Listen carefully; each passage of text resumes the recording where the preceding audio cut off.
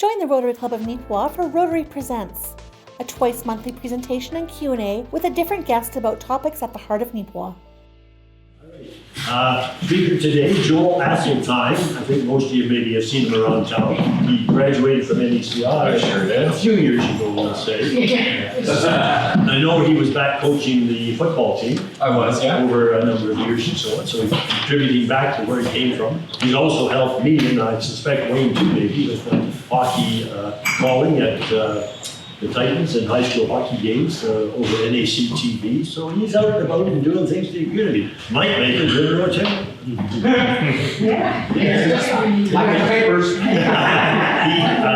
He is employed at the Neepawa Banner and Press and sales, but he's also a bit of a writer. And I've seen that he's been writing a column, and some of you may have noticed it, called Blowing the Dust Off. Blowing the Dust Off. I would like to know where that came from.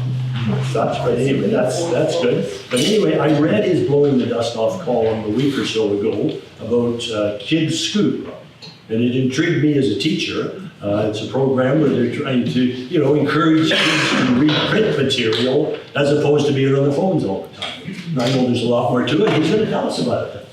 Go ahead, Joel. Thank you. Thank you. Just gonna get some of my sheets up here so I don't lie about stats. So, as was said, I'm Joel, I'm the salesman at Neepawa Banner and Press, and I want to talk about Kids Scoop. So Kids Scoop is a newspaper that goes inside of a newspaper, and it's mostly geared towards children at the age grades of 3 to 4. So, yeah, it aims to increase literacy, advocacy, and communities, which is an extremely important foundation, especially in grades 3 to 4, for continuing members of a community. I'll talk in a little bit later that children who have literature advocacy at a young age, especially grades 3 to 4, tend to have a civic duty to their community as they reach adulthood, giving back to communities and investing into local economies.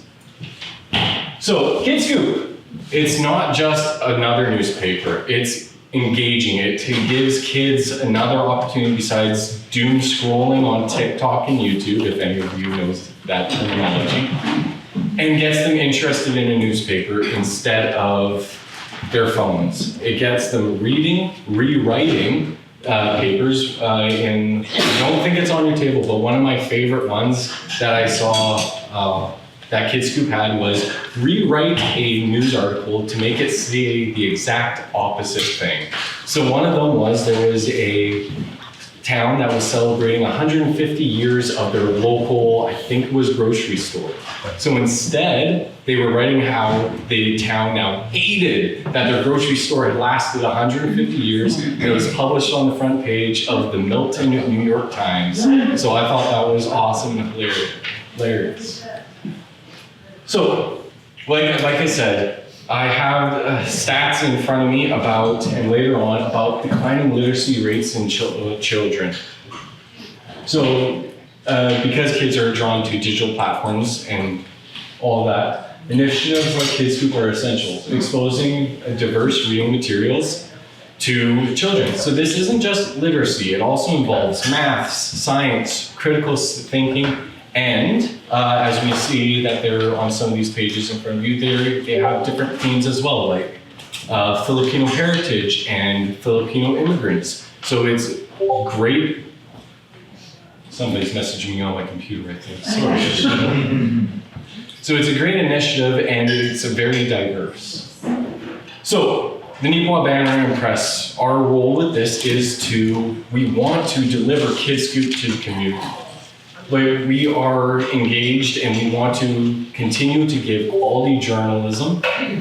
Want me to text Ken and tell him to quit bothering me? It's probably not Ken, it's probably my friends on Discord.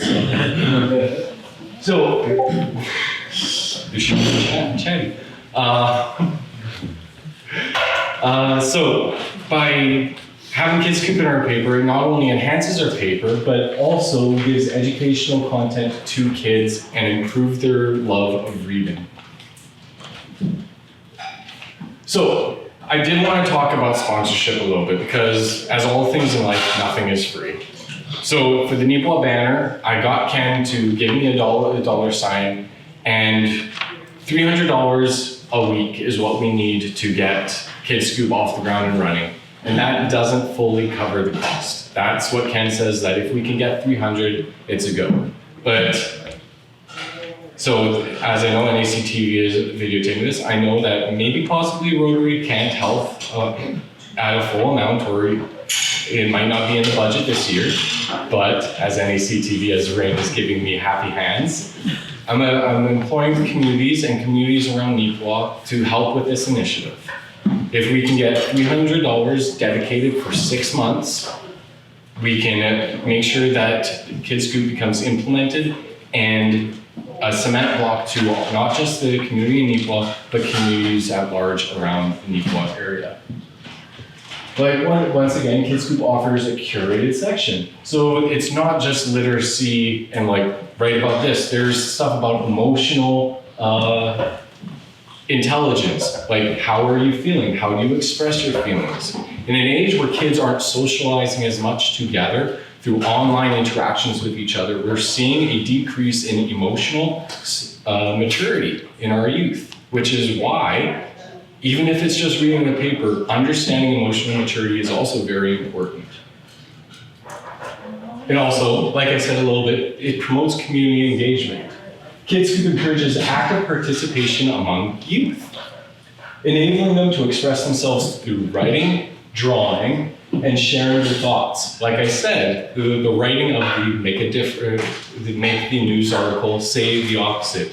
There's also news articles that kids have written based upon Kids Scoop about what's happening in an event. How does a certain event that happened in your town affect you as a child? Because children see things through a different lens. Like, well, it would be great to have a news article written from grade 3 or grade 4 about the new park that was built in Neepawa. That would be a great and interesting article to have in the paper. And Kids Scoop is one of the ways that kids can get engaged with the community, and the community can get engaged with their kids. And this is one of the main talking points. Kids Scoop isn't just for the kids. There is a free resource that is associated with Kids Scoop that is given to teachers. So having the newspaper, your community events and everything, not just being in the newspaper, but front and center in a classroom, whether it's math, English, and writing. Looking at kids to have critical thinking and critical reading skills, reading their newspaper in a classroom. So Teacher Scoop gives teachers a heads up on what's going to be in the Kids Scoop feature for the next coming months and what happened in months past. So teachers can go back and be like, hey, like, I'm going to pull out the Neepawa banner from 3 weeks ago because I have what I need for my next lesson. It's a great way to engage kids in the classroom, not just in their homes. And like I said, it's been proven time and time again that children who nurture their readers in the literate activities are more likely to participate in civic activities, which reinforces economics in the town. Children who love their local newspaper, read the events, go to local events, are more likely to contribute back to those events, to those communities, and to those organizations when they become adults. So fostering love for children at a young age improves the economy and everything in the town. So, as I was saying, I talked about the sponsorship details already, or did I press the wrong one? Okay, yeah, funding requirements. We are looking for a $300 minimum commitment a week for 26 weeks or 6 months. There is other options available if I can get multiple people, as some of the papers around show what the page will actually look like in the banner. There is side sponsors for $125 a week. And if we can get all 3 of those filled, then it is also going to be in the paper as well. But until we can get the funding, we don't want to start something and then have the next week nobody sponsoring it and then have no paper, no Kids Scoop in the next week. So people aren't looking at, oh, there isn't a Kids Scoop this week. So the next time there is a Kids Scoop, kids aren't going to know and not want to pick it up. So we want to have a 6-month dedicated block to cement Kids Scoop in our community.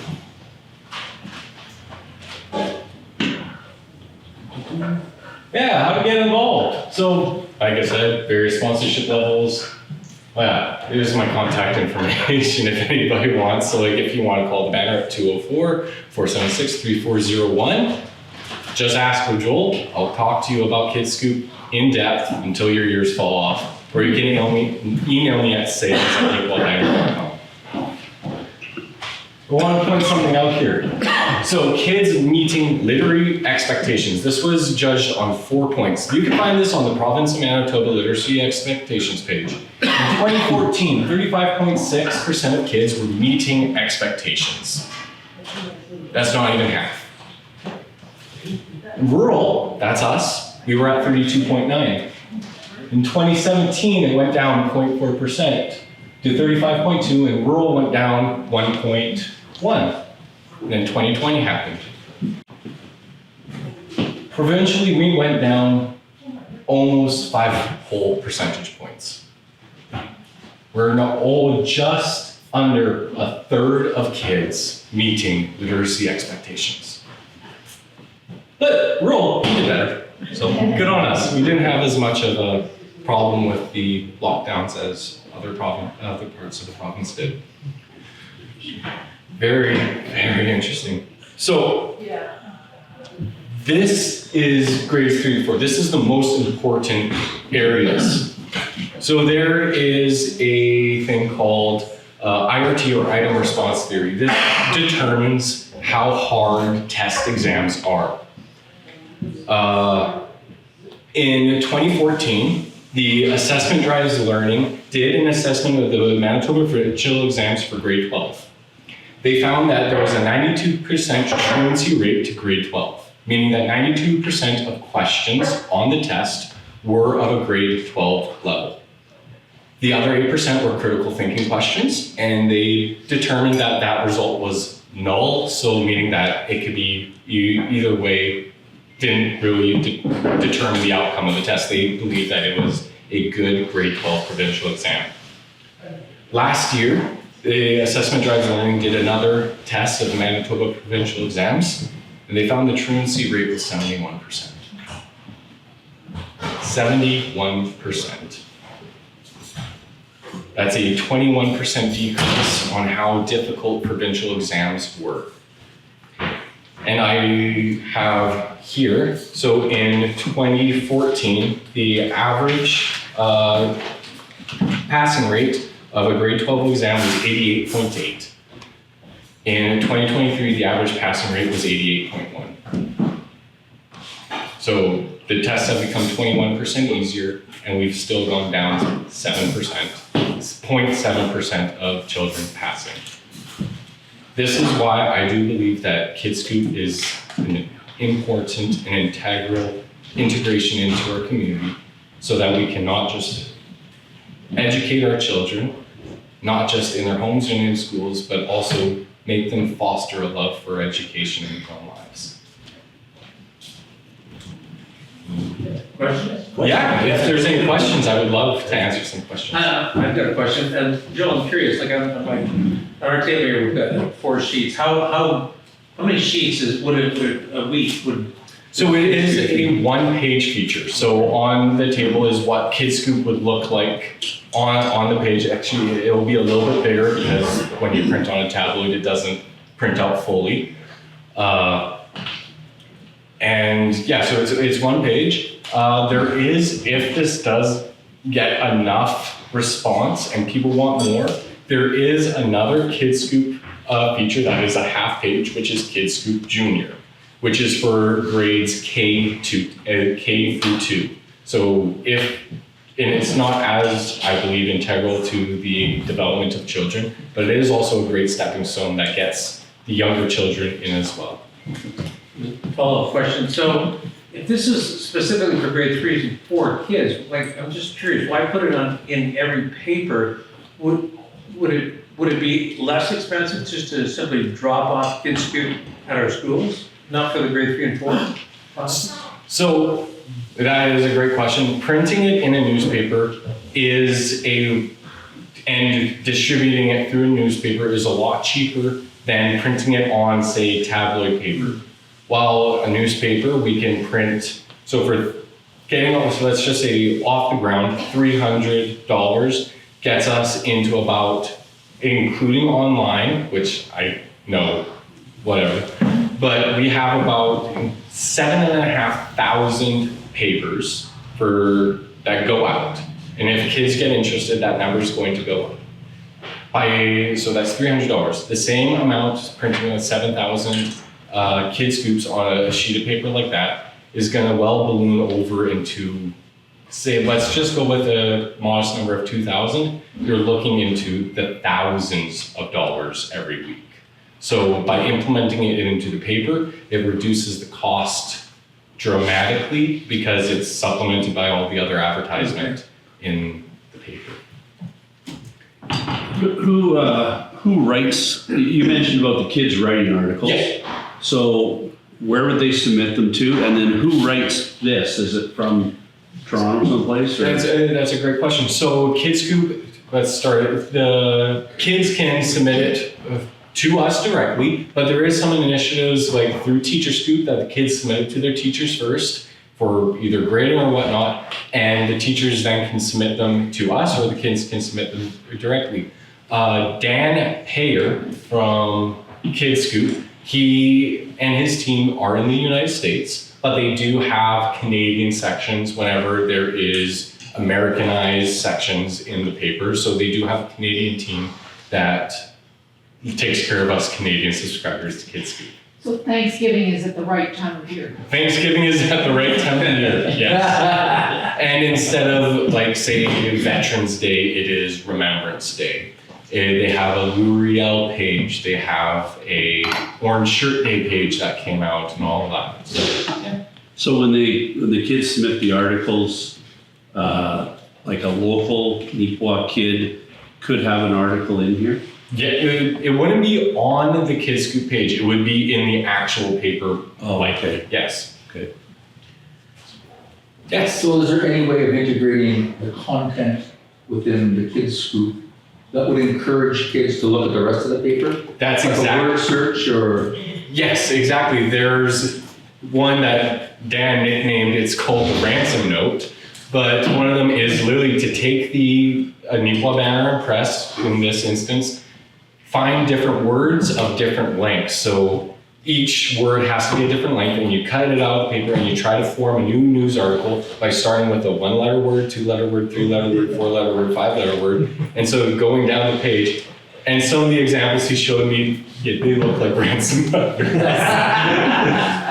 Rain, you had a question. Yeah, I want to know if there's any opportunity for, staff at the Neepawa Banner Press to supplement the kids stuff with content that's produced locally.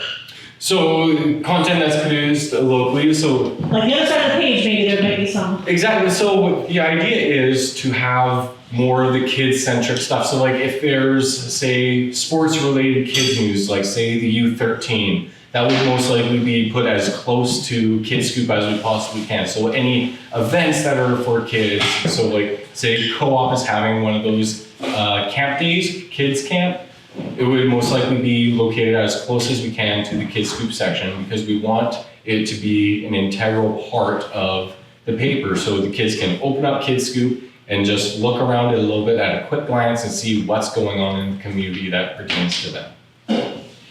Did that answer your question? Perfect.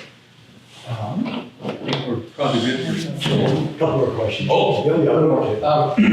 What is the normal distribution of the banner press? Does that include Brandon, Dauphin, and Portage? We aren't in Portage, but and Dauphin. We are in Brandon, yes. The normal distribution without our online subscriptions is around 7,700, 7,500, I depending think on. there's 500 in Brandon. Yeah, there's 500 in 50 Brandon. routes, there's. It keeps on going up, but yes. But including our online subscriptions, the last number that I saw was 12,000 papers.